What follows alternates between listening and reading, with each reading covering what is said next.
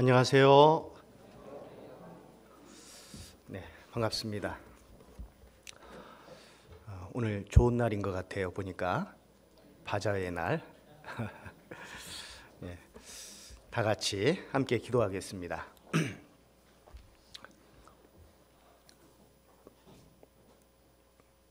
거룩하신 우리 아버지 하나님, 우리의 많고 많은 모든 죄와 허물을 예수 그리스도의 십자가의 보혈의 크신 사랑으로 깨끗이 씻겨주시고 하나도 남기지 않고 맑게 모든 죄를 깨끗하게 씻겨주심으로 저희들 영원한 천국의 소망을 품고 살아가고 있습니다.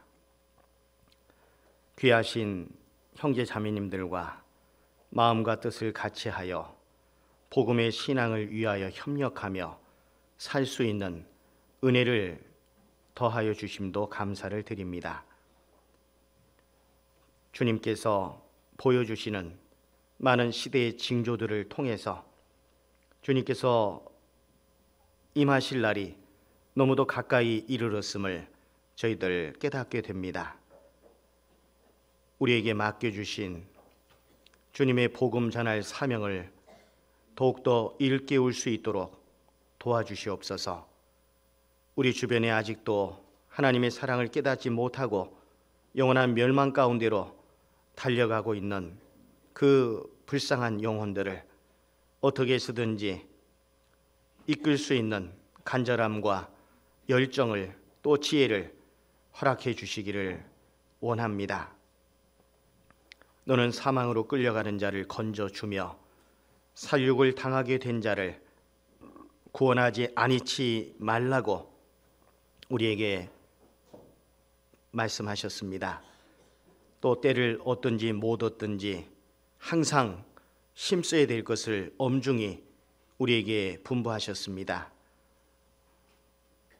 그리스도인들이 이 땅에 남아있는 가장 큰 목적인 영혼 건지는 귀한 역사를 위해서 부름받은 저희들이 마땅히 어떠한 마음가짐을 가지고 살아가야 될지 알게 해주시고 더욱더 매일매일의 삶 속에서 하나님의 말씀을 마음판에 새기고 그 새겨진 말씀의 능력을 힘입어 마땅히 행할 바를 알고 또 그 뜻 가운데 살아가는 지혜로운 저희들이 될 수 있도록 도와주시기를 원합니다. 전국은 물론 전 세계 곳곳에까지 이 코로나 시국에도 주님의 복음의 말씀은 매이지 아니하고 계속해서 힘있게 전파될 수 있도록 도와주신 것을 감사합니다. 주님의 복음을 위해서 수고하고 헌신하시는 귀하신 선교사님들과 그 가족들 또 함께하는 동역자들에게 더욱 능력으로 힘입혀 주시고 끝까지 지치지 않고 주님만을 의뢰하여 이 모든 역사를 능히 잘 마칠 수 있도록 도와주시기를 원합니다. 일선에 있는 저희들도 여러 모양으로 기도와 또 우리의 마음과 또 뜻을 다해서 또 물질적인 후원들을 통해서 또 선교에 함께 도움을 줄 수 있도록 우리들의 마음을 넓혀 주시기를 원합니다. 우리 광주 소부교회를 통해서 주님께서 이루시기를 원하시는 선하신 뜻이 있는 줄 압니다. 우리 각 사람을 귀히 살펴주시고 또 주님의 귀한 역사 가운데 모두가 다 쓰임받는 지체들이 될 수 있도록 그 마음과 생각 지켜주시고 일깨워 주시기를 원합니다. 오늘도 부족한 자의 입술을 통해서 주님께서 나타내시고자 하시는 말씀을 또 유감없이 증거케 하시고 우리의 삶이 변화를 받을 수 있는 소중한 시간으로 이 시간 채워 주시옵소서. 우리를 너무도 사랑하시는 귀하신 예수 그리스도 이름으로 기도드렸습니다. 아멘. 같이 성경 말씀 마태복음 8장을 보겠습니다.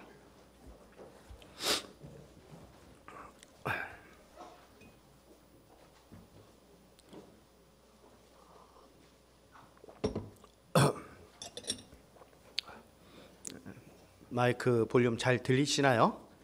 예. 마태복음 8장 5절부터 제가 봉독해 드리겠습니다.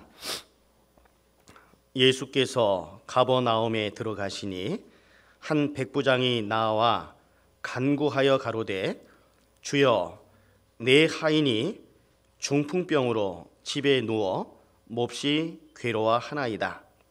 가라사대 내가 가서 고쳐주리라. 백부장이 대답하여 가로되 주여 내 집에 들어오심을 나는 감당치 못하겠사오니 다만 말씀으로만 하옵소서. 그러면 내 하인이 낫겠삼나이다. 나도 남의 수하에 있는 사람이요 내 아래도 군사가 있으니 이더러 가라 하면 가고 저더러 오라 하면 오고 내 종도로 이것을 하라 하면 하나이다. 예수께서 들으시고 기이 여겨 좇는 자들에게 이르시되 내가 진실로 너에게 이르노니 이스라엘 중 아무에게서도 이만한 믿음을 만나보지 못하였노라. 13절은 같이 한번 읽어보겠습니다. 예수께서 백부장에게 이르시되 가라 네 믿음대로 될지어다 하시니 그 시로 하인이 나으니라.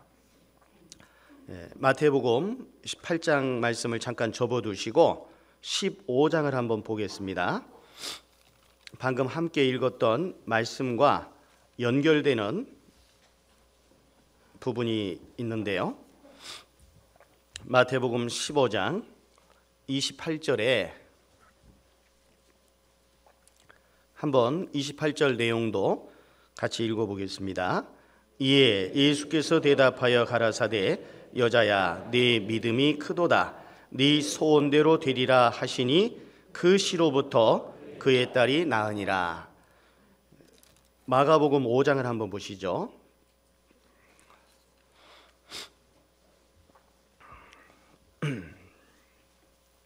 마가복음 5장 신약 61페이지 마가복음 5장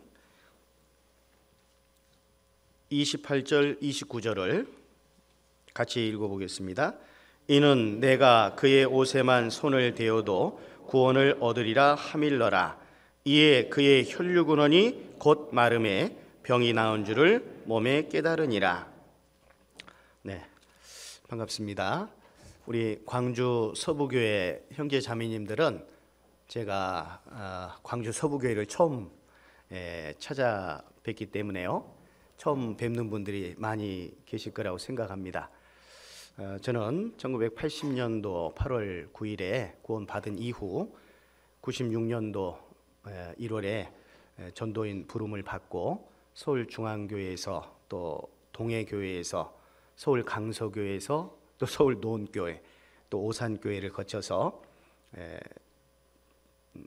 2022년도에 순천교회로 오게 돼서 벌써 2년째입니다. 세월이 참 빨리 지나가는 것 같아요. 제가 80년도 구원받은 때부터 쭉 말씀을 잠시 몇 초간에 걸쳐서 드렸는데 몇 초간에 걸쳐서 한 40여 년의 시간이 훌쩍 지금 말씀을 드린 겁니다. 이제 구원받은 이후 또 지금까지 지내오는 가운데에서 모든 것이 다 하나님의 은혜였다는 것을 다시금 또 깨닫게 됩니다. 우리 형제 자매님들께서도 다 그 모든 것이 하나님의 은혜임을 다 깨닫고 또 이렇게 생활하고 계시죠? 조용하게들 답을 하시는데요. 우리가 조금만 생각해 보면은 모든 것이 다 하나님의 은혜였음을 우리가 알게 되고 또 요즘 그 은혜라는 찬송 그 복음성가 내용을 많이 또 부르시고 또 생각 그 가사 내용도 많이 음미해 보실 거라고 생각을 하는데요. 그 은혜, 하나님의 은혜를 일깨우는 또 감사 이런 부분들은 우리 그리스도인의 삶 속에서 꼭 필요한 부분이라고 생각합니다. 아무것도 염려하지 말고 오직 모든 일에 기도와 간구로 너희 구할 것을 감사함으로 하나님께 아뢰라. 그리하면 모든 지각에 뛰어난 하나님의 평강이 너희 마음과 생각을 지키시리라.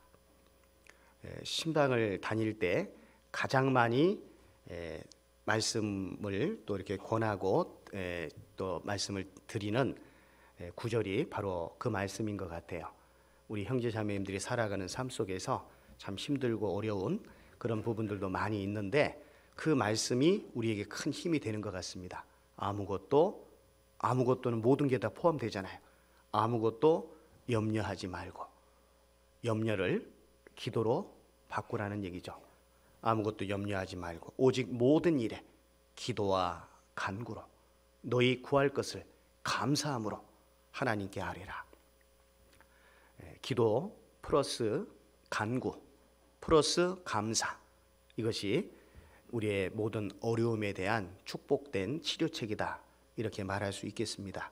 그래서 모든 것을 초월해서 하시는 그 하나님께서 우리의 모든 삶을 살피시고 가장 선한 길로 인도해 주신다라고 하시는 그 놀라운 하나님의 그 사랑의 마음을 날마다 일깨우고 또 그 우리가 은혜 속에서 감사함을 품고 자족하며 살아가는 것이 참으로 중요하다, 이렇게 생각을 하고요.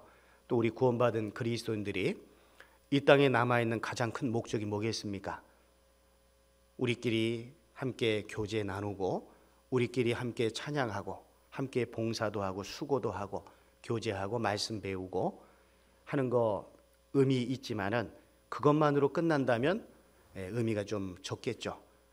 하나님께서 우리 그리스도인들에게 간절히 요구하시는 거, 바라시는 거, 그게 뭘까요? 아직도 구원받지 못하고 영원한 멸망 가운데 끌려가고 있는 그 영혼들을 건지는 일, 그 영혼들을 어떻게 해서든지 구해내야만 되는 일, 그 일을 우리에게 맡겨주신 겁니다. 잘 아시는 것처럼 잠언 24장 10절 11절 이하의 말씀 속에서 너는 사망으로 끌려가는 자, 그들을 건져주고, 갑자기 한번 찾아봅시다. 잠언 24장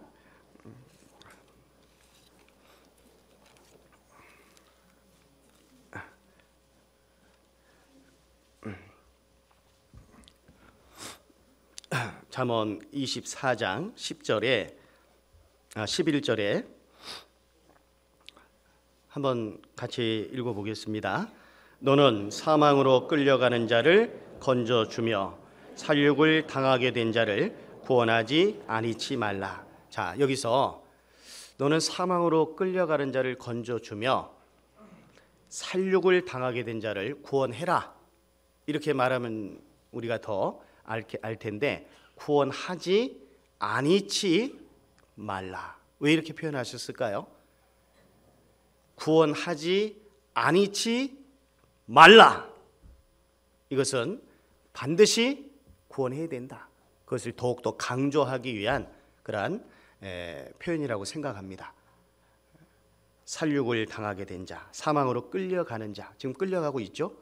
그리고 살육을 곧 당하게 된 자죠. 그들이 누굽니까? 우리의 사랑하는 가족들이에요. 내가 정말 좋아하는 사람들이죠. 그 영혼들이 영원한 불구덩이 속으로 곧 들어가게 된다는 겁니다. 그렇기 때문에 구원하지 아니치 말라라고 강하게 권고하신 거예요. 우리 구원받은 그리스도인들이 이 땅에 남아있는 가장 큰 목적은 영혼 건지는 일입니다. 천하보다 귀한 영혼, 천하보다 귀한. 이해하십니까? 이해하시죠? 사람이 만일 온 천하를 얻고도 제 목숨을 잃으면 무엇이 유익하리요? 사람이 무엇을 주고 제 목숨을 바꾸겠느냐? 육신의 생명, 7, 80년을 사는 육신의 생명도 귀하지만 그보다 더 귀한 하나님의 형상대로 지음받은 그 영혼은 말할 수가 없겠죠. 온 천하보다 귀한 영혼, 한 사람의 영혼. 그 영혼 건지는 일을 위해서 우리의 모든 삶을 다 드리고 내 모든 것을 다 희생해서 헌신해서 한 영혼을 건질 수 있다면 그것은 남는 장사를 하는 겁니다. 자영업을 하는 분이 열심히 뼈 빠지게 남들 놀 때 놀지 않고 쉬지 않고 밤늦도록 새벽까지 열심히 일했는데 이윤이 없다면, 마이너스라면 그 무슨 소용이 있겠어요? 헛고생한 거죠. 그죠? 세상 많은 사람들은 헛된 일에 분용하며 재물을 쌓으나 누가 취하는지 알지 못하나이다. 주여 내가 무엇을 바라리요? 나의 소망은 주께 있나이다. 세상 많은 사람들은 헛된 일에 분용하고 있습니다. 헛된 일에. 그러나 우리는 헛되지 않은 일을 위해서 살아가는 사람들이잖아요. 우리는 더욱더 정신을 일깨울 필요가 있습니다. 지난 주간이 부활주일이었죠. 주님이 부활하셨습니다. 주님의 무덤은 비었고 제사장들은 군병들에게 많은 돈을 주고 예수의 제자들이 훔쳐갔다고 하라고, 그렇게 그 말이 지금까지 퍼진다고 그러죠. 퍼지고 있죠. 제자들은 예수님이 잡혀 가실 때 다 도망갔습니다. 수제자 베드로도 멀찍이 뒤따라가다가 3번이나 주님 부인했고 주님을 저주까지 했습니다. 그런 제자들이, 군병들이 한두 명 지키고 있었던 게 아니에요. 그 보고를 하러 갔던 군병들도 몇 사람 됐고요. 지키고 있던 군병들 더 많았습니다. 그런데 제자들이 예수님의 시신을 훔쳐갔겠습니까? 혹 훔쳐갔다 할지라도 죽은 그 시체를 위해서, 죽은 분을 위해서 목숨까지 그들이 내놓고 죽은 자를 위해서 힘있게 복음을 전할 수 있겠습니까? 말도 안 되는 소리죠. 예수님은 부활하셨습니다. 우리 죄 때문에 십자가를 지셨고 우리를 의롭다 하시기 위해서 부활하셨어요. 그 부활에 주님이 계시기 때문에 우리는 그 부활의 능력을 힘입고 이제 우리도 다시 부활할 날을 소망하면서 살아가고 있잖아요. 주님의 부활이 사실이면 내 부활도 사실인 것이고 우리는 잠시 후에 영광스러운 몸으로 변화돼서 주님 앞에 가게 되는 겁니다. 그렇다면 이 땅에 살아가는 삶이 덤으로 사는 인생이고 또 주님께서 우리에게 마지막에 더 큰 상급으로 채워주시기 위한 그런 기회를 주신 것이기 때문에 그런 시간들을 또 내게 주어진 모든 것들을 통해서 주님의 영광을 위해서, 주님 기뻐하시는 일을 위해서, 주님이 가장 기뻐하시는 영혼 건지는 그 일을 위해서 살아가야 되지 않겠느냐라고 하는 거죠. 요한복음 11장에서는 죽은 지 나흘 된 나사로를 살려주셨습니다. 그리고 요한복음 12장에서는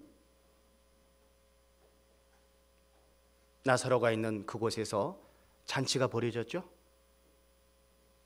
보통 죽었다 살아난 사람이 정말 있다면 그건 놀라운 일이고 지금 우리 가운데 가까운 형제 자매 가운데 누군가가 죽었다 살아났다고 해보세요. 얼마나 놀라운 일입니까? 그죠? 그리고 그분이 살아난 그것을 위해서 인해서 우리는 뭔가 잔치를 벌일 수도 있겠죠. 요한복음 12장을 한번 찾아보겠습니다.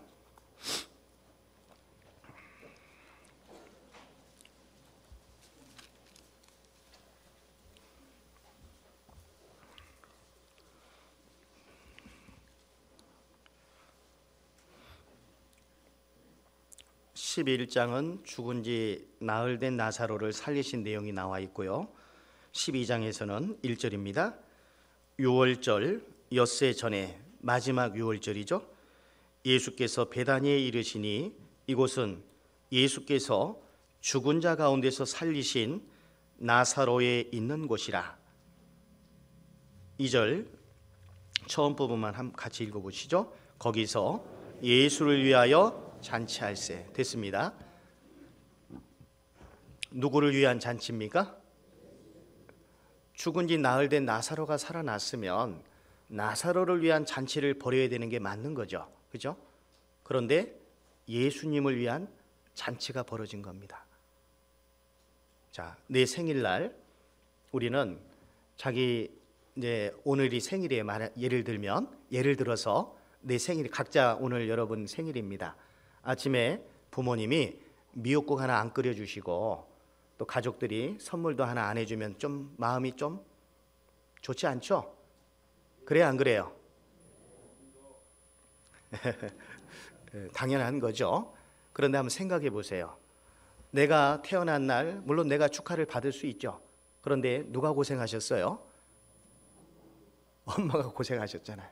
또 지금까지 내가 오늘에 있기까지 부모님의 그 수고가 있으셨지 않습니까? 노고가 있으셨잖아요. 그죠? 그러면 내 태어난 생일날 뭐 미역국을 끓여 줬냐 안 줬냐, 선물을 주셨냐 주냐 안 주냐 이런 걸 생각을 하기보다는 부모님의 노고를, 그 고생을, 그 수고를 한 번쯤 더 생각해 보고 그 은혜에 감사하는 마음, 전화 한 통이라도, 편지 한 통이라도 그렇게 하는 게 더 이치에 맞는 거 아니겠습니까? 그렇죠?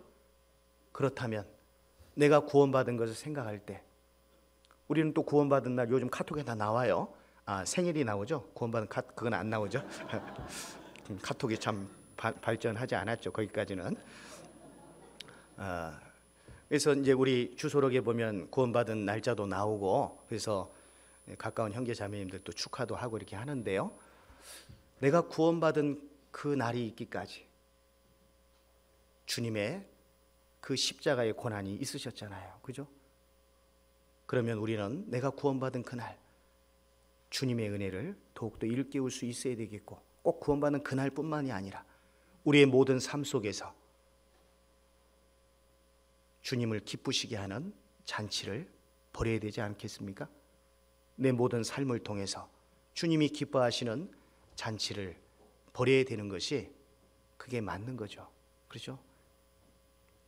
그래서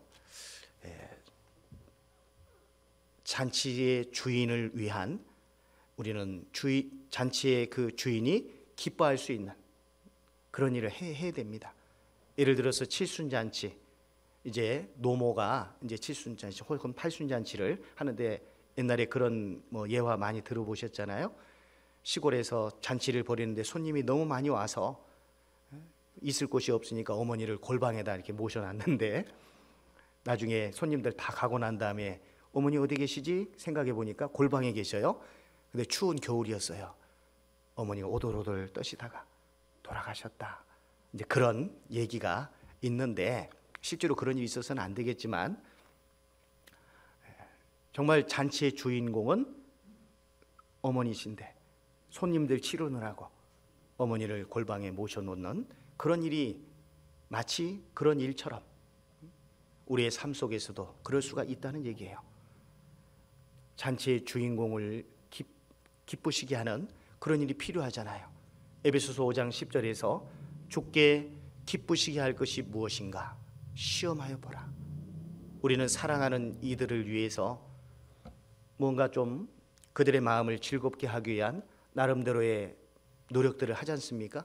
생각을 기울이지 않습니까? 우리는 그 이상으로 주님을 어떻게 하면 좀 더 기쁘시게 할 수 있을까? 이것을 늘 생각하고 마음속에 품고 이렇게 살아가는 것이 필요할 겁니다. 그리고 주님은 가장 기뻐하시는 일이 의인 99을 인하여 기뻐하는 것보다 이뤄진 불신자 그 한 사람이 건진받는 그것을 더 기뻐하신다고 하셨잖아요. 의인 99을 인해서도 기뻐하시지만 이뤄진 자가 주님께로 돌아오는 그것을 더욱더 기뻐하신다고 하셨습니다. 옛날에 주일 아침에 일찍이 장학 퀴즈라는 걸 했어요. 아시죠? 요즘도 하나요? 모르겠습니다. 요즘 하는지.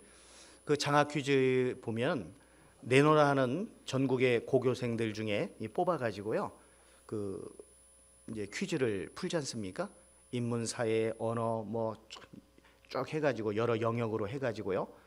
그러면 거기에서 문제를 풀 때 몇 문제를 맞춘 사람이 우승합니까? 10문제 맞춘 사람, 5문제 맞춘 사람, 3문제 맞춘 사람, 누가 우승해요? 아니에요. 점수 배점이 다르거든요. 10점짜리 10문제 맞추면 100점, 20점짜리 5개 맞추면 100점, 50점짜리 3개 맞추면 150점. 몇 문제를 맞췄느냐가 중요한 게 아니라 배점이 높은 것을 맞추는 게 중요한 거예요. 가장 배점이 높은 게 뭐예요? 이뤄진 영혼 건지는 일, 그 일을 위해서 우리의 마음을 쏟는 일, 그것이 가장 배점이 높은 일이에요. 주님이 기뻐하실 수 있는 많은 일들이 있지만은 그 가운데서 영혼 건지는 일, 그게 가장 배점이 높다고요. 그러니까 거기에다가 우리의 모든 사활을 걸어야 되는 거예요. 오늘 말씀드리고자 하는 내용은, 주제는, 제목은 사랑을 겸비한 믿음의 역사라는 제목으로 말씀을 드리려고 합니다. 마태복음, 처음 읽었던 마태복음 8장에서 백부장의 중풍병 든 하인이 고침을 받게 되죠. 주님이 말씀하시니까 그 시로 그의 하인이 나으니라. 두 번째 읽었던 마태복음 15장에서 가나안 여인이라고도 하고 수로보닉의 여인이라고도 하는 그 여인의 딸이 귀신이 들렸습니다. 그 귀신 들린 딸도 주님께서 허락하시니까 그 시로부터 그의 딸이 나으니라. 마가복음 5장에서 12회를 혈루증을 앓고 있던 여인이 주님 뒤로 가서 옷자락을 붙잡았을 때 그의 혈루 근원이 곧 마르니라. 누가복음에서는 즉시 마르니라, 이런 표현들이 있거든요. 그 시로부터, 그 시로 주님이 개입하여 주시기만 하시면 어떤 일들이라도 반드시 금방이라도 이룰 수가 있는 거예요. 주님이 말씀하시면 천지와 만물이 다 이루지 않습니까? 주님 말씀으로 모든 만물이 일제히 설 수도 있습니다. 그죠? 주님의 놀라우신 능력으로 우리가 주님의 마음을 움직일 수만 있다면, 주님의 마음을 감동시킬 수만 있다면, 주님의 놀라운 역사로, 내 능력으로가 아니라 내 어떤 힘과 노력으로만이 아니라 주님께서 개입하여 주시는 그 놀라운 능력으로 이뤄진 영혼을 건질 수 있는 거예요. 한 사람의 영혼이 건진받는 것이 이게 얼마나 놀라운 일입니까? 악한 자 마귀에게 속해서 강팍한 마음으로 이 세상만 바라보고 살다가 결국 영원한 멸망 가운데로 달려갈 수밖에 없는 그 인생이 점점 주님께로 마음이 돌아서고 주님께 회개하게 되고 회심하게 되고 그 주님의 사랑을 받아들이게 되므로 천국에 갈 수 있다라고 하는 거, 이게 얼마나 놀라운 일이냐 이 말이에요. 우리도 그런 과정들을 통해서 구원 받았지 않습니까? 그 일을 우리는 멈출 수가 없는 거예요.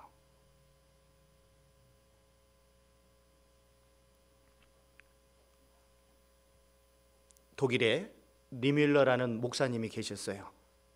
이제 그분이 이제 꿈을 꿨는데 꿈 중에 이런 내용이었습니다. 너무 생생한 꿈이었기 때문에 그 꿈을 꾸고 난 이후에 그의 생각이 좀 달라졌다고 하는데요.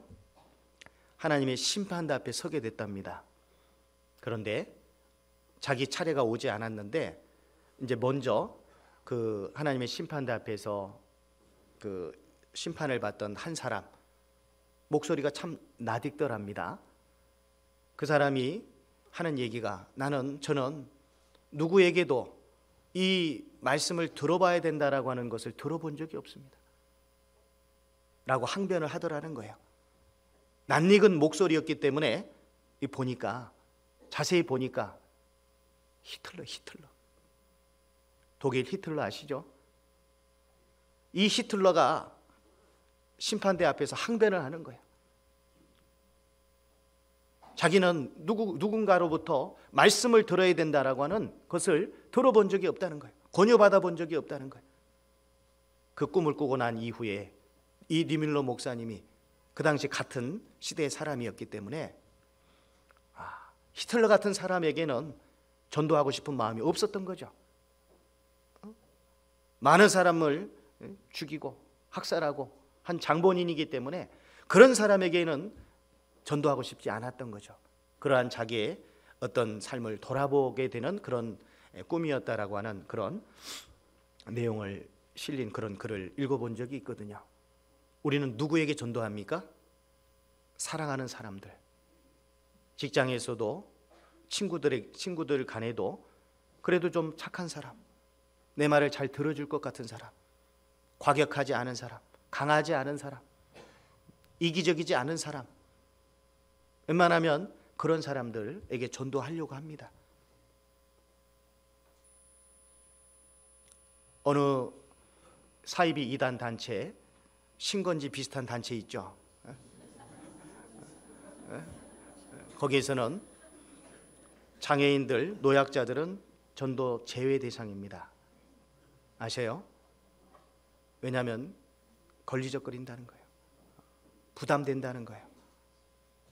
하나님은 해 뜨는 곳부터 해 지는 곳까지 만민을 부르셨다 하셨죠? 하나님은 유대인의 하나님뿐이시뇨? 이방인의 하나님은 아니시뇨? 진실로 이방인의 하나님도 되신다고 하셨고, 악인에게나 선인에게나 햇빛과 비와 만물을 주시는 분이세요. 근데 우리는 내 스스로 이렇게 판단을 하고 걸러내기도 하고 하지 않습니까? 나의 그러한 모습이나 신건지의 그런 모습이나 무슨 차이가 있겠습니까? 그렇잖아요. 주님은 때를 얻든지 못 얻든지 모든 사람에게 말씀을 전하라고 말씀하신 거예요. 모든 사람에게. 예외가 있을 수가 없는 거예요. 이 사람은 이것 때문에 안 되고, 이 문제 때문에 안 되고, 이 사람은 또 이 문제 때문에 안 되고, 이 사람은 너무 강하고 너무 말이 거칠고 이기적이고, 이런 것도 다 쳐버리면 말씀을 전할 사람이 없어요. 그래서 유순한 사람, 잘 될 것 같은 사람 해보면 됩니까? 이런들 어떠하리 저런들 어떠하리, 만수산 드렁치기 얽혀진들 어떠하리, 그냥 막 이래도 좋고 저래도 좋고, 그러나 말씀 안 듣습니다. 제대로 안 될 것 같은 사람이 되는 경우도 많거든요. 내 생각 같지 않거든요. 그렇기 때문에 우리는 때를 얻든지 못 얻든지 항상 이 복음 전하는 일을 힘써야 됩니다. 뿐만 아니라 우리는 전도할 때 전도를 하죠. 정상적인 그리스도인이라면 전도의 마음을 둘 수밖에 없어요. 그리스도인인데 만나는 지인들, 사랑하는 사람들, 가까운 이웃들, 가족들 있는데 전도하고 싶은 마음이 없다. 그럼 뭔가 이상한 거예요. 생명이 있다면 생명의 활동이 있도록 돼 있는 겁니다. 그게 당연한 거예요. 그게 조금 약하냐 좀 강하냐, 또 어떤 성격적인 문제도 포함이 되긴 합니다만은, 기본적으로 그리스도인이라면 영혼 건지는 일을 마음에 둘 수밖에 없고 기도하게 되고 또 힘쓸 수밖에 없는 거예요. 근데 그게 없다, 이것은 나는 그리스도인이 아니다, 이렇게 생각하시면 분명히 맞을 거예요. 정상적인 그리스도인이라면 반드시 이뤄진 영혼 건지는 일을 힘쓸 수밖에 없고 그것을 위해서 기도하면서 준비하는 것이 분명히 그런 사람이 그리스도인일 겁니다. 그런데 문제는 하다가 잘 안 된다는 거죠. 내 마음 같지 않다는 거죠. 나는 간절함을 가지고 기도 가운데 준비했고 이렇게 권하고 있는데 상대방은 내 마음을 몰라주죠. 그래서 거절하고, 또 그것도 거절도 냉정하게 거절하고, 그리고 나중에는 심한 말도 하게 되기도 하고, 뭐 여러 가지 내 자존심을 완전 건드리고 꺾어버리는, 뭉개버리는 내 자존심을, 그런 경우들도 있을 수 있습니다. 그럴 때 우리는 이제는 그 사람으로부터 마음이 완전히 닫혀지게 되고 더 이상 그 사람에게는 전도를 하지 않겠다라고 마음의 어떤 다짐을 하게 되는 그런 경우들이 있는데요. 하나님께서는 그런 경우라 할지라도 끝까지 포기하지 말아야 될 것을 우리에게 말씀해 주고 계십니다. 우리가 전도하는 대상은 내가 그래도 그 사람을 좋아하고 어떻게든 이끌어야 되겠다는 마음을 가지고 사랑의 마음을 가지고 하거든요. 그런데 도중에서 그 사랑의 마음이 변해요. 바뀌어요. 말씀 가운데 참여는 했지만 뭐 제대로 듣지도 않는 것처럼 보이고 뭐 휴대폰이나 만지작거리고 있고 잘 들었는데도 구원을 못 받는다든지 뭐 퐁당퐁당 오셔서 말씀 들으신다든지 여러 가지 내 마음에 맞지 않는 그런 상황들이 주어질 때 내 마음속에서 사랑의 마음이 미움의 마음으로 바뀌게 되고 그리고 그것이 표정으로 드러나게 됩니다. 다 들었음에도 불구하고 구원을 못 받아 결과적으로 구원을 못 받았을 때 마음이 실망이 되는 건 사실이죠. 근데 그것이 표정으로 드러나요. 그러면 상대방도 그걸 잊겠죠? 내 표정을. 그리고 다음에 한번 말씀 들어보자고 권유하면 듣고 싶을까요? 안 듣고 싶을까요? 부담스럽죠. 내가 뭔가 잘못한 것 같고 부담스럽겠죠. 그러니까 다음에는 절대로 안 들을 겁니다. 하루라도 말씀을 들어주셨다면 그거에 대한 감사함을 표하고 바쁜 가운데서도 참 와주셔서 감사하다고, 이번에 하루 들으셨는데 나중에 한번 좀 기회 되면 며칠 좀 더 들어보셨으면 좋겠다고, 그런 식으로 권유하면서 마음을 이렇게 사야 되는데, 우리는 내가 마음을 완전하게 올인을 했기 때문에 상대방도 그러기를 바라는 거죠. 그래서 말하자면 야구할 때 단타를 쳐서 이렇게 해가지고 점수를 쭉 내고 그런 것보다 홈런을 치기를 바라고, 뭐 권투로 비유하자면 어퍼컷 날려가지고 한 방에 KO 시키기를 바라고, 그런 마음이 있는 거예요. 인스턴트 시대를 살고 있다 보니까 한 번에 해결되기를 바라는 그런 마음을 가지고 있는데, 한 번에 된다면 굳이 하나님께서 시편 126편 5절 6절 이하에서 눈물을 흘리며 씨를 뿌리러 나가는 자는 정녕 기쁨으로 그 단을 가지고 돌아오리로다. 울며 씨를 뿌리러 나가는 자 정녕 기쁨으로 단을 가지고 오리라고 하는 그런 말씀을 해주실 필요가 없잖아요. 왜 눈물을 흘리고 왜 울겠습니까? 농사 지어보신 분들은 아시겠지만 농사 지을 때 눈물 흘리면서 씨 뿌립니까? 울면서 씨 뿌리십니까? 그래요? 아니잖아요. 영적인 씨를 뿌리는 데 있어서는 반드시 필요한 것이 눈물인 거예요. 왜요? 어렵죠. 힘들죠. 더 기도해야 되죠. 더 간구해야 됩니다. 뼈를 깎는 고통이 있어요. 보이지 않는 영적인 전투를 치러야 되는 상황이기 때문에 이것은 그냥 뭐 살살살살 하는 그런 게 아니지 않습니까? 보이지 않는 마귀와의 영적인 전쟁을 하는 거예요. 우리의 씨름은 혈과 육에 대한 것이 아니요 정사와 건세와 이 어둠의 세상 주관자들과 하늘에 있는 악의 영들에게 대함이라. 보이지 않는 악한 영과의 싸움이에요.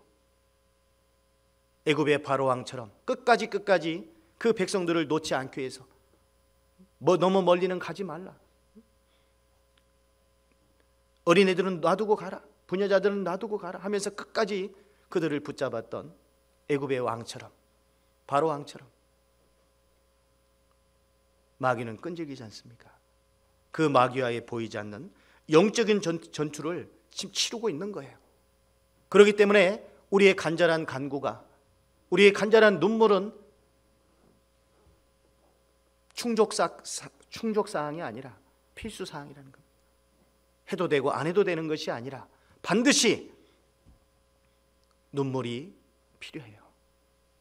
반드시 무릎 꿇는 것이 필요하고,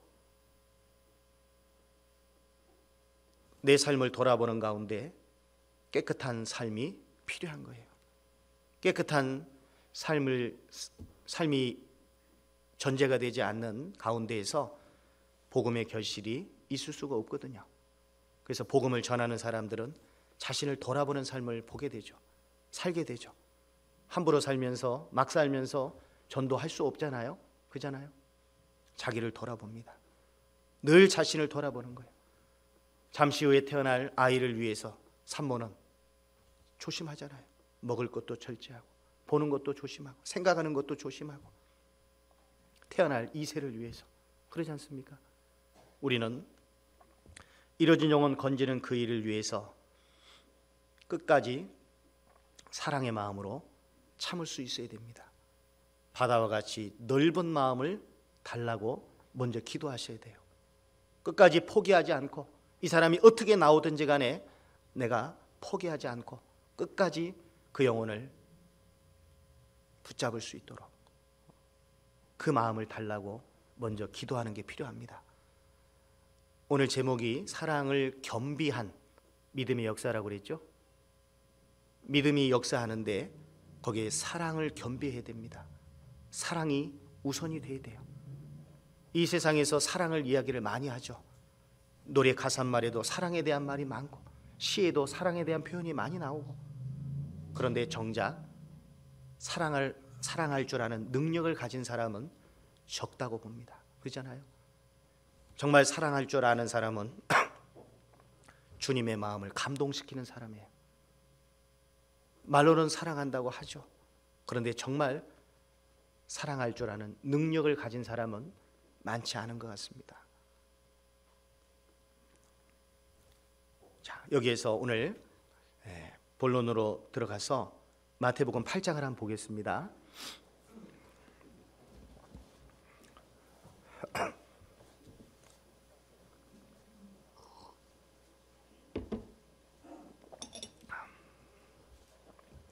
이 마태복음 8장 5절부터 이하의 말씀은 잘 아실 거예요. 백부장의 하인이 중풍병이 들렸습니다. 그리고 그 하인을 위해서 백부장이 주님께 간구하는 내용인데요. 자, 8장 5절입니다. 예수께서 가버나움에 들어가시니 한 백부장이 나와 간구하여 가로되 주여 내 하인이 중풍병으로 집에 누워 몹시 괴로워하나이다. 자, 여기 한번 생각해 봅시다. 여기서 짧게 좀 말씀드리고 넘어가고 싶은 내용은, 우리가 성경을 읽고 묵상해야 된다고 말씀을 많이 들으셨을 거예요. 그러면 우리는 이 장면도 묵상을 분명히 하셔야 되겠죠. 자, 예수께서 가버나움에 들어가셨습니다.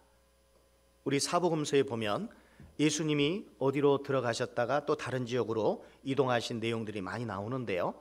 누가복음 19장에도 보면 예수님이 여리고로 들어 지나가시더라. 마태복음 15장에서도 도로와 시돈 지방으로 들어가셨고, 어디로 가셔요. 그러면 그 가시는 이유가 뭐예요? 누군가를 만나 주시기 위해서 가는 거예요.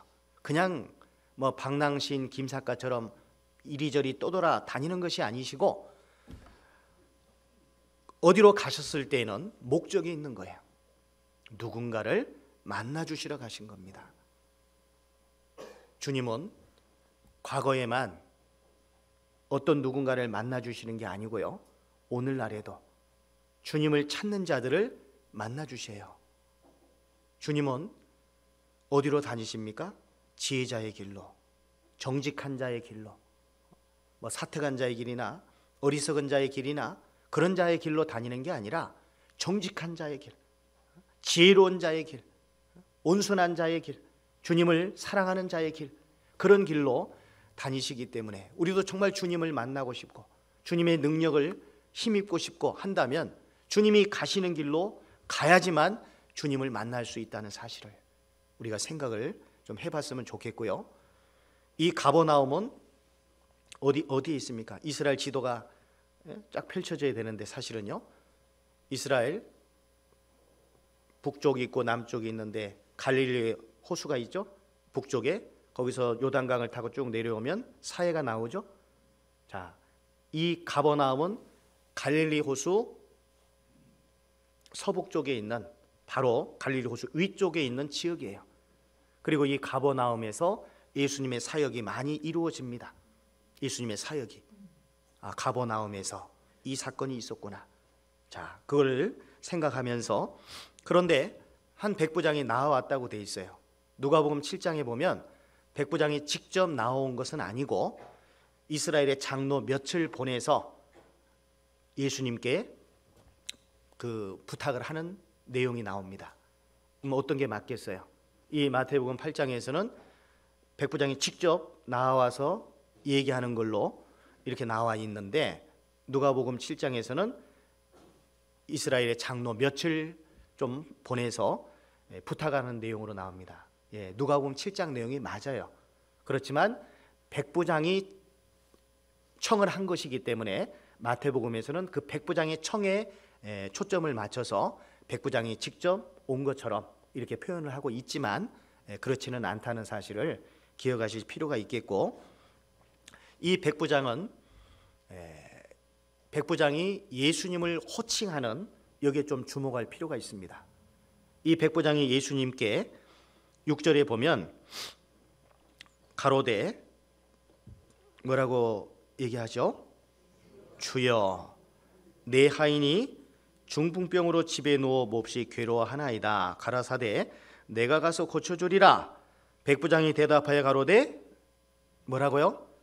주여, 내 집에 들어오심을 나는 감당치 못하겠사오니 다만 말씀으로만 하옵소서. 자, 이걸 한번 생각해 봅시다.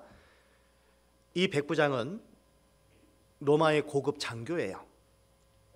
우리나라 일제 치하로 생각을 해본다면 우리나라는 식민지 나라죠. 식민지 국가죠. 그 당시에 일본의 그 식민지 국가인데, 일본의 고급 장교가, 군 장교가 상투도 틀지 않은 조선인 청년에게 주인님이라고 호칭할 수 있겠어요, 없겠어요? 말도 안 되는 소리죠. 그렇다면 이 백부장은 왜, 그 당시 유대는 로마의 속국이지 않습니까? 식민지잖아요.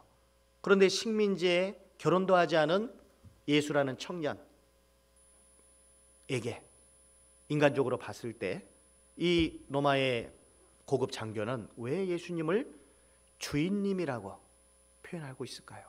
이것은 단지 주인과 종의 관계로서 주인님이라고 호칭한 것보다는 이 우주 만물의 창조주로서 예수님을 호칭하고 있는 거예요.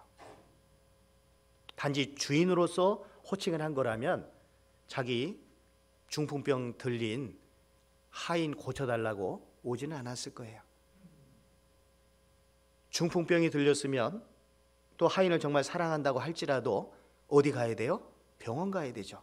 그리고 물론 오늘날에도 이 중풍이라고 하는 것은 오늘날 현대 의학으로 하면 뇌경색, 뇌졸중, 뇌출혈 이런 거죠. 뇌졸중의 한 부류죠. 그래서 어디가 이제 막혀가지고 반신불수가 된다든지 하는 그런 것이 중풍병이죠. 오늘날에도 고치기가 어렵지 않습니까? 그런데 이 백부장은 왜 예수님께 나와서 주여라고 호칭을 하면서 내 하인이 중풍병으로 방에 누워 몹시 괴로워하나이다, 이런 표현을 쓰고 있을까요? 그걸 고쳐달라는 거죠. 고쳐달라고. 그것도 말씀만, 오시지 않아도 됩니다. 굳이 말씀만, 신적인 권위를 충분히 지금 믿고 있는 이 백부장의 믿음을 예수님은 극구 칭찬하셨잖아요. 이스라엘 중 아무에게서도 이만한 믿음을 만나보지 못했다. 이만한 믿음을. 백부장에게 왜 이런 믿음이, 왜 예수님을 주인님이라고 호칭했을까? 우리는 이 부분도 좀 생각을 해봐야 되겠죠. 그저 그냥 읽어갈 것이 아니라 왜 주인이라고 호칭을 했을까? 그리고 백부장에게는 왜 이런 믿음이 있었던 걸까? 믿음은 들음에서 나며, 들음은 그리스도의 말씀으로 말미암았다고 그랬죠. 믿음은 그냥 생기는 게 아니에요. 아마도 이 성경 말씀 속에 자세한 내용은 기록되어 있지 않지만 이 백부장은 로마의 한 정보 장교쯤에 해당되지 않았을까 하는 생각을 해봅니다. 뭐 맞을 수도 있고 안 맞을 수도 있어요. 그러나 분명한 것은 예수님이 기적을 행하시는 그 자리에 이 백부장은 몇 번은 아마 참여를 했을 거라는 겁니다. 그리고 분명히 예수님이 행하시는 놀라운 기적의 역사, 놀라운 이적의 역사들을 보았고 예수님의 말씀을 통해서 무언가 삶의 변화가 있었을 거라는 거예요. 그러지 않고서 예수님을 주인님이라고 호칭할 수 없고, 그리고 그분에게 자기 중풍병 들린 하인의 병든 이 부분을 고쳐달라고 그것도 말씀만으로 해주시면 되겠다라고 이렇게 말할 수는 없다는 얘기죠. 예수님이 행하시는 놀라운 기적의 자리, 놀라운 그런 자리에 참여하지 않았더라면 아무것도 없이 갑자기 믿음이 생길 수는 없잖아요. 그러잖아요.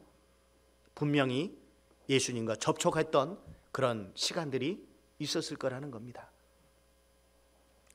자, 여기 마태복음 8장 5절부터 다시 제가 읽어드리겠습니다.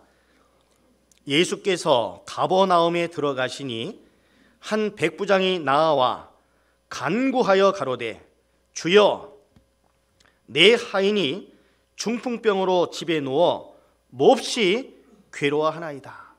자, 이 백부장은 자기 하인의 이 병들어 고통당하고 있는 이것을 듣기만 하고 나아온 걸까요? 아니면 직접 그걸 목도하고 정말 고통당하고 있는 그 하인의 고통당하는 그 모습이 마치 자기가 고통당하는 모습처럼 자기의 일인 것처럼 그렇게 생각하고 지금 나아온 것일까요?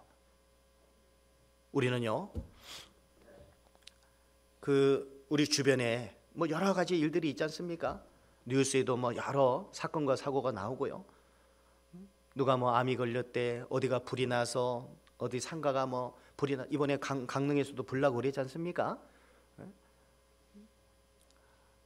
제가 아는 분이 그 숙소에 펜션에 머물렀었는데 그 불 탔다고 그러더라고요. 이번에 자기들이 머물렀던 자리였는데, 장소였는데, 우리는 주변에 여러 가지 사건과 사고들을 접하게 되고, 그런데 그것은 남의 일이잖아요. 남의 일. 우리는 때로는 형제자매님들의 어려운 상황들, 이런 것들 간증을 통해서 들어요. 그리고 물론 호응하고 안타까워하지만 정말 내 문제로 그것을 받아들이고 정말 같은 마음으로, 같은 가족의 마음으로 이야기하는지 받아들이는지, 아니면 그냥 먼 산 불구경 하듯이 그렇게 보는 것은 아닌지, 그렇기 때문에 마음이 같이 하지 못하고 그냥 상황만을 판단하고 왜 그랬어? 왜 그랬대? 이렇게 할 수 없었어? 그렇게 뭐 그렇게밖에 안 되나? 이렇게 판단하고 이런 경우들이 생길 수 있는 거예요. 정말 가족과 같은 마음으로 그 어떤 어려운 상황들을 함께 정말 공유하고 느끼고, 그리고 함께 사랑으로 보듬어주고 이해해주고, 그런 것이 아니라 그럴 수 있다는 얘기죠. 이 백부장은 자기 하인이잖아요. 하인. 이 당시 하인은 헬라어로 파이스라고 하는데 노예입니다. 노예. 종이나 노예예요. 그리고 병든 하인은 주인 입장에서는 애물단지예요. 안 그래요? 그런데 이 병든 하인의 문제를 위해서 지금 예수님께 나아온 거예요. 고쳐달라고. 주인님, 주여, 내 하인이 중풍병으로 집에 누워 몹시 괴로워합니다. 그냥 괴로워하는 게 아니라 몹시 괴로워합니다. 도와주세요. 우리에게는 이 백부장의, 내가 만약 백부장이라면, 그리고 내 주변을 돌아볼 때 이 병든 하인과 같은 그런 분이 없을까요? 육신적으로도 그럴 수 있지만 영적으로 병든 자들, 몹시 고통당하고 있는 자들, 고통을 느끼지는 못하고 있지만 살육당하게 된 자, 사망으로 끌려가는 자 있지 않습니까?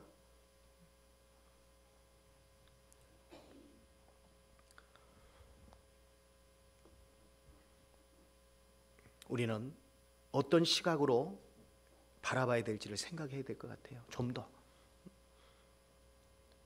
같은 가족과 같은 시각,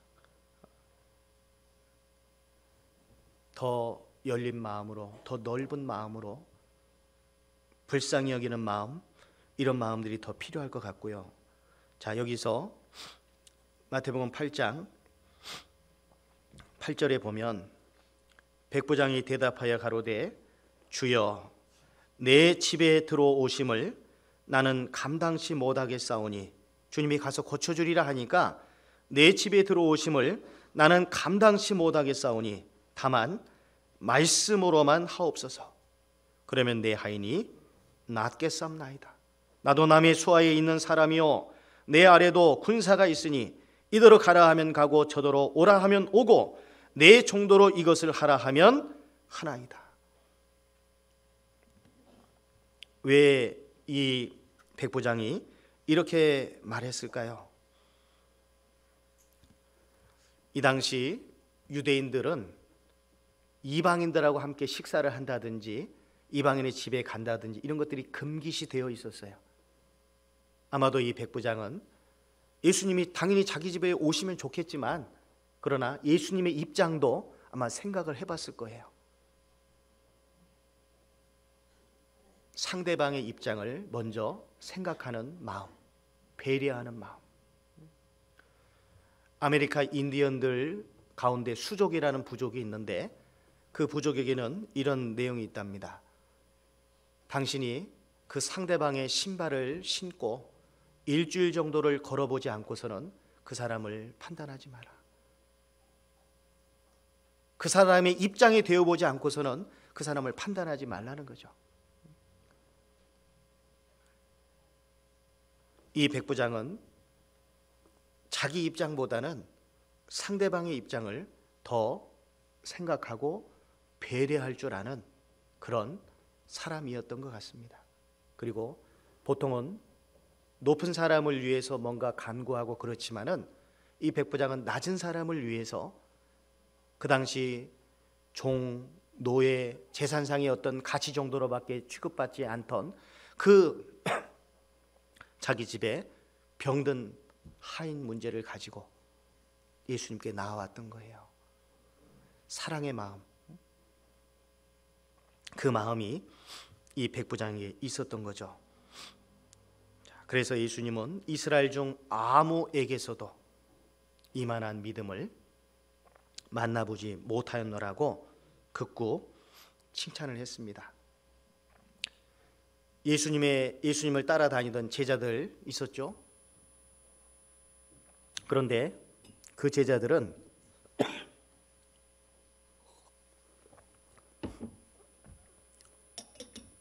많은 책망을 받았지 않습니까? 어찌하여 너에게 믿음이 없느냐? 예수님과 함께 배에 타고 있으면서도 풍랑이 죄송합니다. 풍랑이 일 때 함께 계신 주님을 바라보지 못하고 그냥 풍랑만 바라봄으로 거기서 믿음 없는 모습을 보여주지 않습니까? 예수님을 3년 반 동안이나 따라다녔는데 누가 큰 자리 할 것인가? 이것만 가지고 서로 논쟁을 벌이고 노중에서도 그랬지 않습니까? 너희 중에 큰 자가 되려거든 섬기는 자가 되어야 하리라. 인자는 섬김 받기 위해서 온 것이 아니라 도리어 섬기리 하고 자기 목숨을 많은 사람의 대속물로 주려 함이니라. 이 백부장은 자기의 병든 하인 문제를 가지고 예수님께 나아왔습니다. 우리의 간구하는 간구는 뭐예요? 정말 낮은 자를 위해서, 연약한 자를 위해서 더 많이 간구하십니까? 어떠십니까?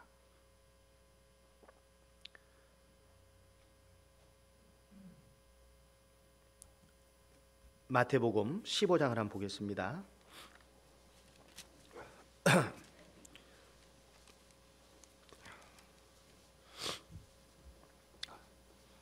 우리에게 사랑의 마음이 있을지라도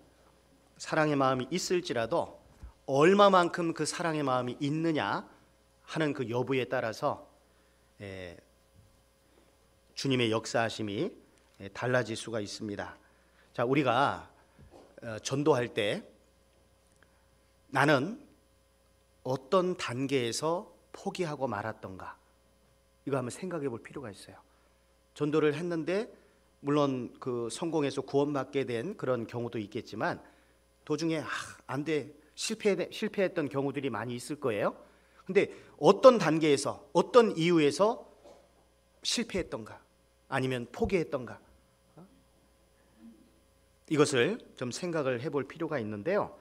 여기 마태복음 15장에서는 아까 두 번째 읽었던 말씀인데, 가나안 여인, 수로보니게 여인의 딸이 흉악히 귀신이 들렸는데, 그때 이 여인은 주님께로부터 응답하심을 받았어요. 그 시로부터 그의 딸이 나으니라.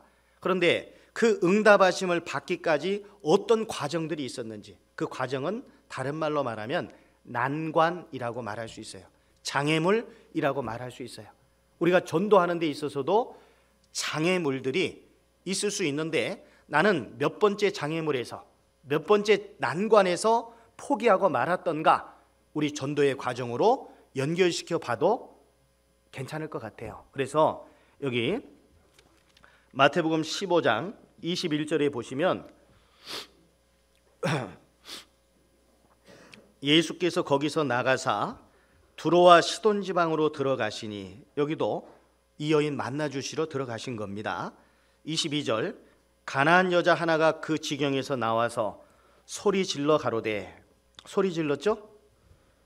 주 다윗의 자손이여, 나를 불쌍히 여기소서. 내 딸이 흉악히 귀신 들렸나이다 하되, 첫 번째 난관입니다. 23절, 예수는 뭐예요? 한 말씀도 대답지 아니하시니, 묵묵부답. 우리는 간절히 부탁을 했는데 상대방에서는 묵묵부답입니다. 어떤 답을 주지 않아요. 그러면 포기하고 싶잖아요. 그러죠? 묵묵부답일 때 우리는 포기하고 싶을 겁니다. 자, 그런데 두 번째 난관은 또 있습니다. 그 다음 내용이에요. 제자들이 와서 청하여 말하되, 그 여자가 우리 뒤에서 소리를 지르오니 뭐 하라고요? 보내소서. 주변에서 도와줘야 될 사람들은 도와주기는커녕 핍박합니다. 도리어 이런 경우들이 있어요.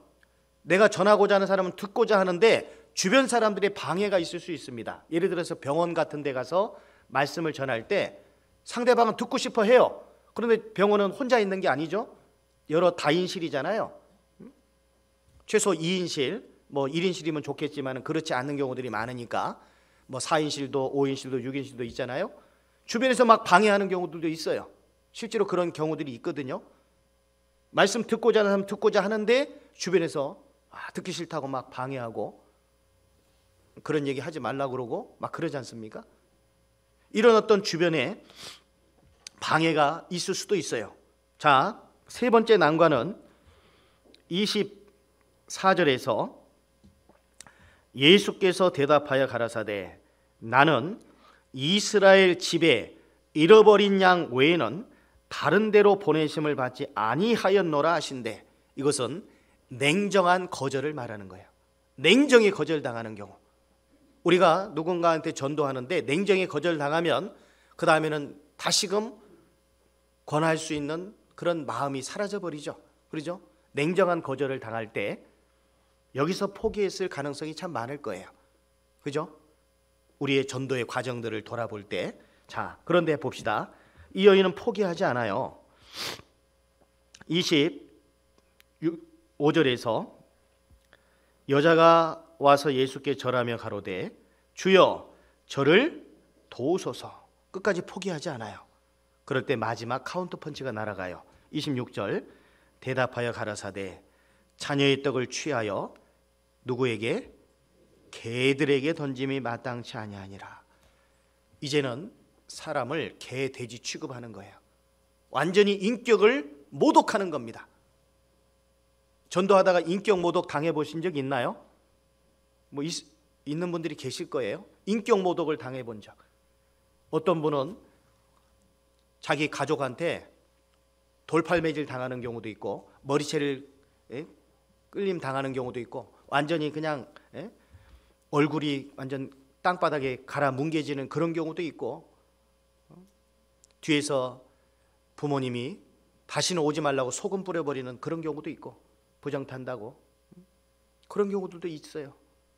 완전히 자존심이 상하게 되는 이런 상황들, 이런 상황들에서조차 포기하지 않아야 될 걸 말씀하고 계세요. 이 여인은 어떻게 하나요? 27절에 여자가 가로되 주여 올소이다마는, 개들에게 던짐이 마땅치 않다 하니까 그 얘기 듣고 올소이다마는 개들도 제 주인의 상에서 떨어지는 부스러기를 먹나이다 하니. 자, 여기서 이걸 원어로 좀 생각해 보면 좀 더 마음에 와닿을 겁니다. 여기서 여자가 뭐라고 그랬습니까? 개들도 제 주인의 상에서 떨어지는 부스러기, 떨어지는의 의미가 가장 낮은 곳을 의미해요. 가장 낮은 곳에 떨어진 부스러기, 이 부스러기는 푸시키온이라는 말인데 가장 작은 조각을 의미합니다. 부스러기도 좀 큰 부스러기도 있잖아요. 그런데 가장 작은 부스러기에 해당되는 가장 낮은 곳에 떨어진 가장 작은 조각의 부스러기 은혜라도 좋으니 그 은혜를 주십시오. 아주 작은 정말 신랄 같은 그런 은혜라도 좋으니 그 은혜라도 주십시오 라고 부탁하는 거예요. 그때 주님이 28절 같이 읽어봅시다. 이에 예수께서 대답하여 가라사대 여자야 네 믿음이 크도다, 네 소원대로 되리라 하시니 그 시로부터 그의 딸이 나으니라. 여자야 네 믿음이 크도다, 네 소원대로 되리라. 우리도 주님께로부터 이런 응답하심을 받을 수 있다면 얼마나 좋겠어요. 우리는 받을 수 없을까요? 이 가나안 여인만 이 응답을 받아야 될까요? 나는 주님께로부터 이런 말씀을 들을 수 없냐 이 말이에요. 우리가 전도할 때 여러 난관들이 있습니다. 여러 난관들이, 나는 몇 번째 난관에서 포기하고 말았던가. 그러나 하나님의 말씀은 반드시 이루어지거든요.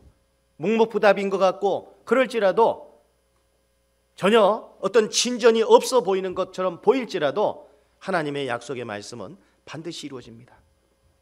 하나님 말씀 반드시 이루어집니까? 안 이루어질 수도 있습니까? 100% 이루어지잖아요. 한 예를 잠깐 간단하게 말씀드리면, 이스라엘 민족이 하나님의 말씀을 불순종함으로 바벨론의 포로로 잡혀갔죠. 그런데 몇 년 만에 돌아온다고 그랬습니까?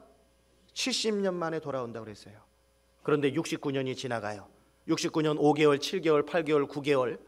그런데 아무런 어떤 진전이 없어 보입니다.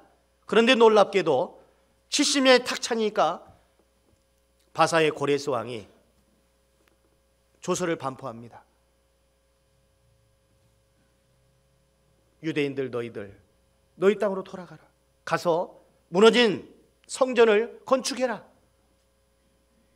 모든 경비는 왕실에서 내겠다.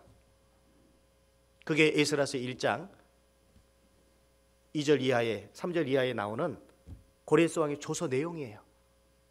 에레미야 29장에서 또 다니엘서에서 다니엘도 그 에레미야서의 말씀을 보고 예루살렘의 황무함이 70년 만에 마칠 것이라는 그 말씀을 보고 다니엘도 그걸 생각했었습니다.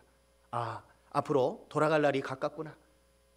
지금 바벨론의 포로로 잡혀왔지만 이제 잠시 후에 우리는 돌아갈 수 있겠구나. 그 소망이 있었던 이유가 뭐냐면 에레미야 말씀 한번 찾아봅시다. 29장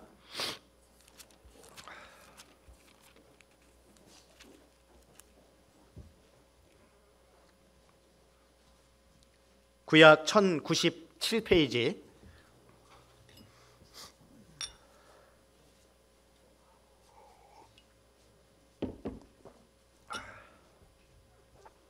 예레미야 29장 10절 같이 한번 읽겠습니다. 나 여호와가 이같이 말하노라. 바벨론에서 70년이 차면 내가 너희를 권고하고 나의 선한 말을 너희에게 실행하여 너희를 이곳으로 돌아오게 하리라. 몇 년이 차면? 70년이 차면. 자, 에스라서 1장을 한번 보시죠.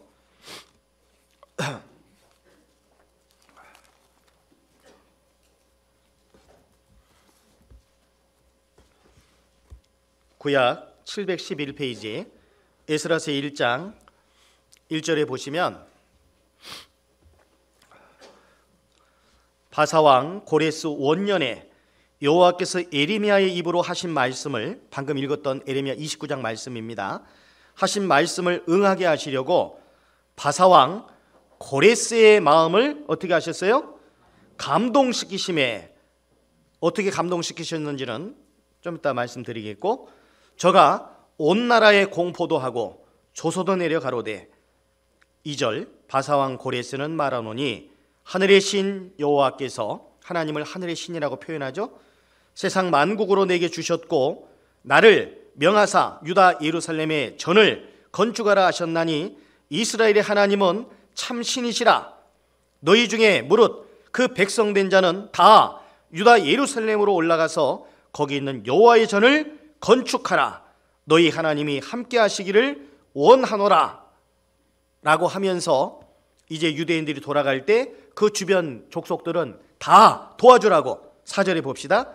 무릇 그 남아있는 백성이 어느 곳에 우고하였든지 그곳 사람들이 마땅히 은과 금과 기타 물건과 짐승으로 도와주고 그 외에도 예루살렘 하나님의 전을 위하여 예물을 즐거이 드릴지니라 하였더라.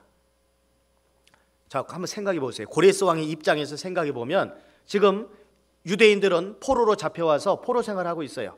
그럼 바사가 바벨론을 무찔렀죠? 입성을 했습니다. 그러면 그 포로들이 있으면 좋아요, 나빠요? 좋잖아요. 포로들을 다 부려먹고요, 사역시키고. 그런데 왜 그들을 돌려보내냐 이 말이에요. 그리고 그들이 돌아갈 때 주변 사람들은 은금으로 도와주고 하라고.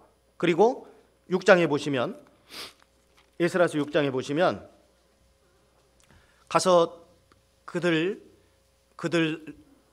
무너진 성전 지을 때 짓든지 말든지 무슨 상관이겠어요. 그런데 6장, 에스라서 6장 3절에 보면 고레스 왕 원년에 조서를 내려 이르기를 예루살렘 하나님의 전에 대하여 이르노니 이 전 곧 제사 드리는 처소를 건축하되, 이제 건축합니다. 4절 보겠습니다. 큰 돌 3켜에 쇠나무 1켜를 놓으라. 그 경비는 어디에서?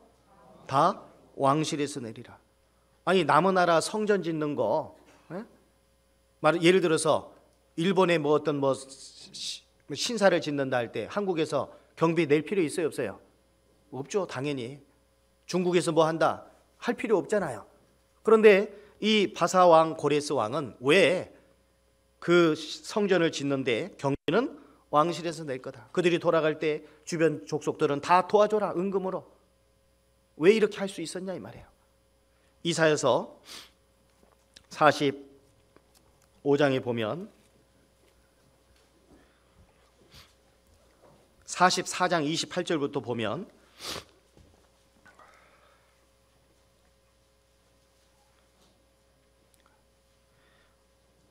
고레스에 대하여는 이르기를 그는 나의 목자라 나의 모든 기쁨을 성취하리라 하며 예루살렘에 대하여는 이르기를 중건되리라 하며 성전에 대하여는 이르기를 내 기초가 세움이 되리라 하는 자니라. 고레스가 그런다는 거예요.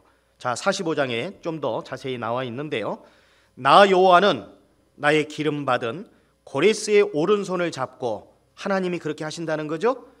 열국으로 그 앞에 항복하게 하며 주변 나라들로 열왕의 허리를 풀며, 허리를 푼다는 얘기는 힘을 못 쓰게 한다는 거예요. 주변 나라들로 성문을 그 앞에 열어서 닫지 못하게 하리라. 내가 고레스에게 이르기를, 2절 내가 네 앞서 가서 험한 곳을 평탄케 하며 무슨 문? 논문을 쳐서 부수며 쇠빗장을 꺾고 네게 흑암 중의 보화와 은밀한 곳에 숨은 재물을 주어서, 하나님이 주어서 너를 지명하여 부른 자가 나 여호와 이스라엘의 하나님인 줄 알게 하리라. 내가 나의 종 야곱 나의 택한 이스라엘을 위하여 너를 지명하여 불렀나니 너는 나를 알지 못하였을지라도 나는 네게 칭호를 주었노라. 나는 여호와라. 나 외에 다른 이가 없나니 나밖에 신이 없느니라. 너는 나를 알지 못하였을지라도 나는 네 띠를 통일 것이요. 이 말씀을 하고 175년 후에 페르시아가 등장하게 되는 거예요. 그러니까 고레스 왕은 자기가 바벨론으로 입성했을 때 이스라엘 종교가들이 이 말씀을, 이사야 말씀을 보여준 거예요. 우리는 당신들이 올 줄 알았습니다. 그 말씀 보여준 깜짝 놀란 거예요. 자기들이 주변 나라들을 지금 다 점령하고 지금 여기까지 온 것이 그냥 온 것이 아니었다는 것을 알게 된 거예요. 하나님이 에스라서 1장 말씀처럼 고레스 왕의 마음을 감동시키셨다고 그랬죠. 자기에 대한 내용이 이미 175년 전에 예언되어 있는 이 말씀을 보고 고레스 왕은 깜짝 놀란 거예요. 그래서 조서를 내렸던 거예요. 아까 같은 그런 조서를 내렸던 겁니다. 이것이 이렇게 끝나는 것이 아니라 이 고레스 왕의 조서가 고고학자 호르무즈 라삼이라는 사람에 의해서 발견됐거든요. 이 조서 내용이 아까 에스라서 1장 그 2절부터 내용이요. 조서를 내리노니 그 내용이, 제가 그것을 에스라서 그 성경 아카데미를 할 때 서울교회에서 책에서 봤거든요. 고고학자 호르무즈 라삼이 그걸 발견했다고, 고레스 왕의 조서를. 그러고 이제 잊어먹고 있었어요. 그러다가 제가 서울 강서에서 서울 노원으로 간 때가 이제 2008년 12월 말이었는데 2009년도에 런던 선교를 가게 됐습니다. 노원교회 자매계련 맺은 교회가 런던이었기 때문에 그때 생각이 났어요. 아, 대형 박물관에 그 고고학자 호르무즈 라삼에서 발견된 이 고레스 왕의 조서가 있다고 그때 봤는데, 아, 그걸 볼 수 있겠구나 생각을 했습니다. 그 전에 광주교회에서 6개월씩 단기로 그 단기 선교사가 파송이 됐었어요. 그리고 그분들한테 제가 좀 여쭤봤죠. 대형 박물관에 가보셨습니까? 대부분 다 가보셨어요. 그런데 이 고레스 왕의 조서를 보셨냐고, 다 못 봤대요. 그런데 저는 분명히 있다고 그 책에서 봤기 때문에 이걸 발견하고 싶었어요. 그래서 이제 런던에 도착하자마자 그 다음날 일정, 첫 번째 일정이 오전에 대형 박물관 방문하는 거였습니다. 그곳에 갔어요. 대형 박물관이 엄청 큽니다. 바벨론관, 뭐 이집트관, 뭐 페르시아관 쫙 있는데요. 쭉 가는데, 돌아다니는데 고레스 왕에 대한 다른 뭐 유물들은 있어요. 근데 그게 없더라고요. 한국말은 끝까지 들어봐야 돼요. 이제 출구가 한 10m밖에 안 남았어요. 그런데 뭔가 좀 느낌이 있어서 보니까 고레스 왕에 대한 어떤 내용이 있더라고요. 이 보니까 고레스 왕의 실린더, 그 돌에다 원형 실린더에다가 이제 페르시아 이제 문자로 적혀 있으니까 제가 볼 수는 없죠. 영문으로 거기 옆에 어떤 내용이 있다는 게 적혀 있는 거예요. 바로 에스라서 1장 내용이었습니다. 에스라서 1장 내용. 바로 그 고레스 왕이 이스라엘 백성들을 그들의 땅으로 돌려보내고 성전을 지켜야 하는 내용, 그 내용이 거기에 적혀 있었던 거예요. 그러니까 깜짝 놀랐습니다. 너무 기뻐서 찾았다고 사진을 몇 장 찍고 이제 거기서 이제 흥분을 감추고 이제 어머니 회장님 집으로 가서 점심을 먹으려고 하는데 거기에 책자가 하나 있더라고요. 그 소파에 보니까 성서와 박물, 그 고고학 칼라로 쫙 나오는데 그 내용이 쫙 나와 있어요. 거기에 그걸 봤습니다. 지금도 가지고 있는데, 이 성경 말씀은요 70년이 차면 다시 돌아가게 하신다고 하는 그 말씀대로 분명하게 이루어진 거예요. 69년 10월이 지나가고 11월이 지나가 안 이루어지는 것 같지만 때가 딱 되니까 하나님 말씀은 이루어지는 거예요. 하나님 말씀은 때가 되면 이루어지는 겁니다. 나 여호와가 말하였으니 이루리라. 때가 되면 속히 이루리라. 반드시 지체되지 않고 정령 응하니라. 주 예수를 믿으라. 그리하면 너와 네 집이 구원을 얻으리라. 반드시 이루어지는 거예요. 그 약속의 말씀을 믿고 포기하지 말고 끝까지 매달려야 된다는 얘기예요. 그리고 아까 세 번째 읽었던 그 혈루증 걸린 여인, 그 여인도 아까 이제 제가 신건지에 대한 얘기도 잠깐 드렸습니다만은, 그 혈루증 걸린 여인을 한번 생각해 보세요. 이 혈루증 걸린 여인은 사람들에게 그 말하자면 왕따예요, 왕따. 왜 그런지 아세요? 이 혈우병하고 혈루증은 다르죠. 혈우병은 그 한번 마가복음 5장을 한번 잠깐 보시면,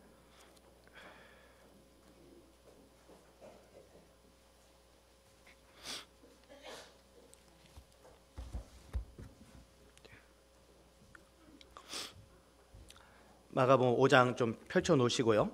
이 혈우병이라는 것은 혈액을 응고시켜주는 비타민 K 또 프로트롬빈의 부족으로 인해서 생기는 이 피가 잘 멈추지 않는 병, 유전병이에요. 혈우병이라는 혈우병. 혈루증이라는 것은 여인에게만 해당되는 거예요. 보통 그 한 달에 한 번 피가 나오게 되는데, 이것은 그 월경과 무관하게 불규칙적으로 출혈이 이루어지는 그런 병입니다. 그래서 레위기서에 보면은 레위기 15장 25절 이하의 말씀에 보면 이 병은 부정한 병으로 여겨졌고, 이 여인이 만지는 모든 것들은 부정하게 되는 거예요.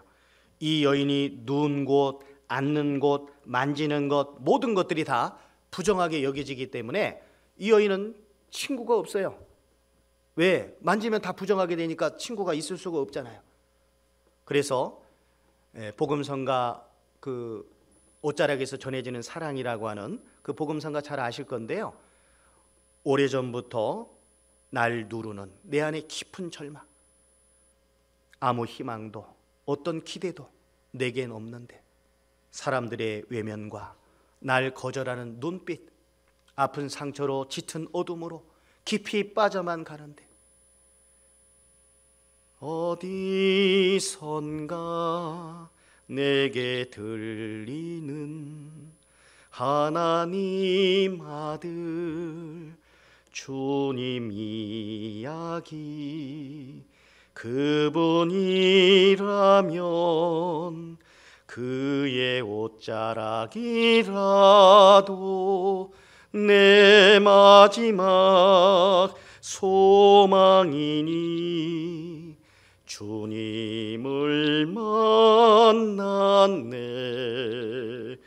옷자락에서 전해지는 사랑, 내게 임한 주님의 능력, 날 누르는 아픔의 근원을 고치셨네. 날 바라보시네. 나의 연약함 주님은 아시네. 깊은 절망에서 날 자유케 하신 사랑, 나 찬양해. 그 복음성가가 있잖아요. 이 마가복음 5장 내용과 너무도 잘 부합하는 그런 내용입니다. 오래전부터 날 누르는 내 안에 깊은 절망, 12년 동안이나 아무 희망도 어떤 기대도 내겐 없는데 사람들의 외면, 그리고 날 거절하는 눈빛들, 아픈 상처로 짙은 어둠으로 깊이 빠져만 갈 때 어디선가 들려오는 음성이 있었다는 얘기예요. 여기 마가복음 5장에서 25절에 봅시다. 12해를 혈루증으로 앓는 한 여자가 있어 많은 의원에게 많은 괴로움을 받았고 있던 것도 다 허비하였으되 아무 효험이 없고 도리어 더 중하해졌던 차에, 그 다음 내용이 뭐예요? 예수의 소문을 듣고 무리 가운데 섞여 뒤로 와서 그의 옷에 손을 대니, 이는 뭐라고요? 내가 그의 옷에만 손을 대어도 구원을 얻으리라 하밀러라. 이 여인이 예수님 뒤에 가서 그의 옷에만 손을 대어도 구원을 얻으리라 라고 하는 믿음이 생길 수 있도록 누군가가 예수에 대한 소문을 전해준 거예요. 이 여인은 왕따였고 아무도 이 여인을 돌아보지 않았던 부정한 여인이었는데 이 여인에게 누군가가 전해준 거예요. 주님에 대해서. 사람들이 거절하고 외면하고 그런 사람이었지만 이 여인에게도 누군가가 자세히 예수님에 대해서 전해준 거예요. 아마도 이 여인을 사랑하는 누군가겠죠. 가족 관계일 수도 있고 아니면 뭐 친척, 친구 관계일 수도 있고 이웃일 수도 있겠죠. 다른 사람들은 다 외면하고 거절했지만 이분은 그녀에게 예수님에 대해서 전해준 거예요. 자, 한번 생각해 봅시다. 이 혈루증 걸린 여인이 예수님 뒤에 가서 옷에 손대는 거 쉬운 일일까요? 어려운 일일까요? 단편적으로 보면 쉬운 일이죠. 이 내용은 어떤 상황에서 일어난 일이냐면 회당장 야이로의 딸이 죽었다고 그래서 예수님이 고쳐주시러 살려주시러 가는 노정에서 있었던 일이에요. 자, 여기 22절에 보면 마가복음 5장 22절에 회당장 중 하나인 야이로라 하는 이가 와서 예수를 보고 발 아래 엎드려 많이 간구하여 가로되 내 어린 딸이 죽게 되었사오니 오셔서 그 위에 손을 얹으사 그로 구원을 얻어 살게 하소서 하거늘. 24절 같이 읽어볼까요? 이에 그와 함께 가실새 큰 무리가 따라가며 에워싸 밀더라. 큰 무리가 지금 따라가며 에워싸 밀고 있는 상황이에요. 근데 이 혈루증 걸린 여인은 예수님 뒤에 가서 옷자락에 손을 댔어요. 이거 뭐냐면요, 죽음을 건 행동이에요. 지금 사람들에게 발각되면 돌 맞아 죽습니다. 이 여인은. 왜? 이 여인이 만지는 모든 것들은 부정하게 되기 때문에 사람들이 이 여인 발견하면 이 여인은 예수님 당도하기도 전에 돌 맞아 죽는 거예요. 그런데 이 여인은 예수님의 옷자락만이라도 만질 수 있다면 건진받을 수 있으리라는, 고침받을 수 있으리라고 하는 살고자 하는 절박한 심정으로 생명을 건 믿음의 모습을 보여준 거예요. 이 여인에게 그토록 예수님을 잘 소개해 준 누군가가 있었다는 얘기예요. 우리도 사람들이 외면하고 아무리 거절하고 그런 사람들이라 할지라도 그들에게 주님을 전해야만 됩니다. 주님이 개입하여 주시기만 하시면 어떤 사람이라 할지라도, 어떤 완악한 사람이라 할지라도 건진받을 수 있잖아요. 요한복음 6장에 보시면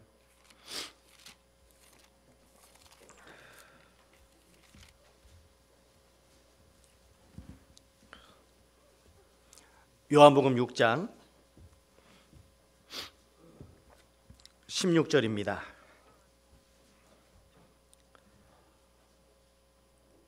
저물매 제자들이 바다에 내려가서 배를 타고 바다를 건너 가버나움으로 가는데 이미 어두웠고 예수는 아직 저에게 오시지 아니하셨더니 큰 바람이 불어 파도가 일어나더라. 제자들이 노를 저어 10여리쯤 가다가 예수께서 바다 위로 걸어 배에 가까이 오심을 보고 두려워하거늘 가라사대 내니 두려워 말라 하신대. 21절 같이 읽어보죠. 이에 기뻐서 배로 영접하니 배는 곧 저희의 가려던 땅에 이르렀더라.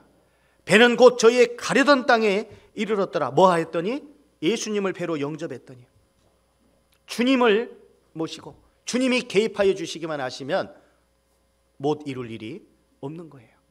우리 중에는 정말 강팍한 사람들 많이 있습니다. 어떤 경우가 있었냐면요, 그 부모님한테 어떻게든 전도해 보려고 집에 가서 DVD, 전도 집회 DVD 영상을 딱 틀었답니다. 그랬더니 엄마가 119에 신고해 버린 거예요. 119에. 또 어머니 몰래 아버님 모시고 공주 수양관 갔어요. 그랬더니 아버지도 119에 신고해서 가셨어요. 그런 부모님들인데 이런 분들도 수양에 참석하셔가지고 말씀 들으셨어요. 구원까지 받으셨다고 하는데 지금은 제가 지금 상황은 좀 모르겠습니다. 떠나와서 정말 자식을 119에 신고할, 누가 신고하겠습니까? 자식을 아무리 그래도. 그런 분들도 수양에 참석해서 말씀 듣고 몇 번 말씀 들으셨어요. 또 자식이 제사 이제는 더 이상 못 지내겠다고 하니까 약을 드셨어요. 약을. 아버님이 너무 충격받으셔가지고.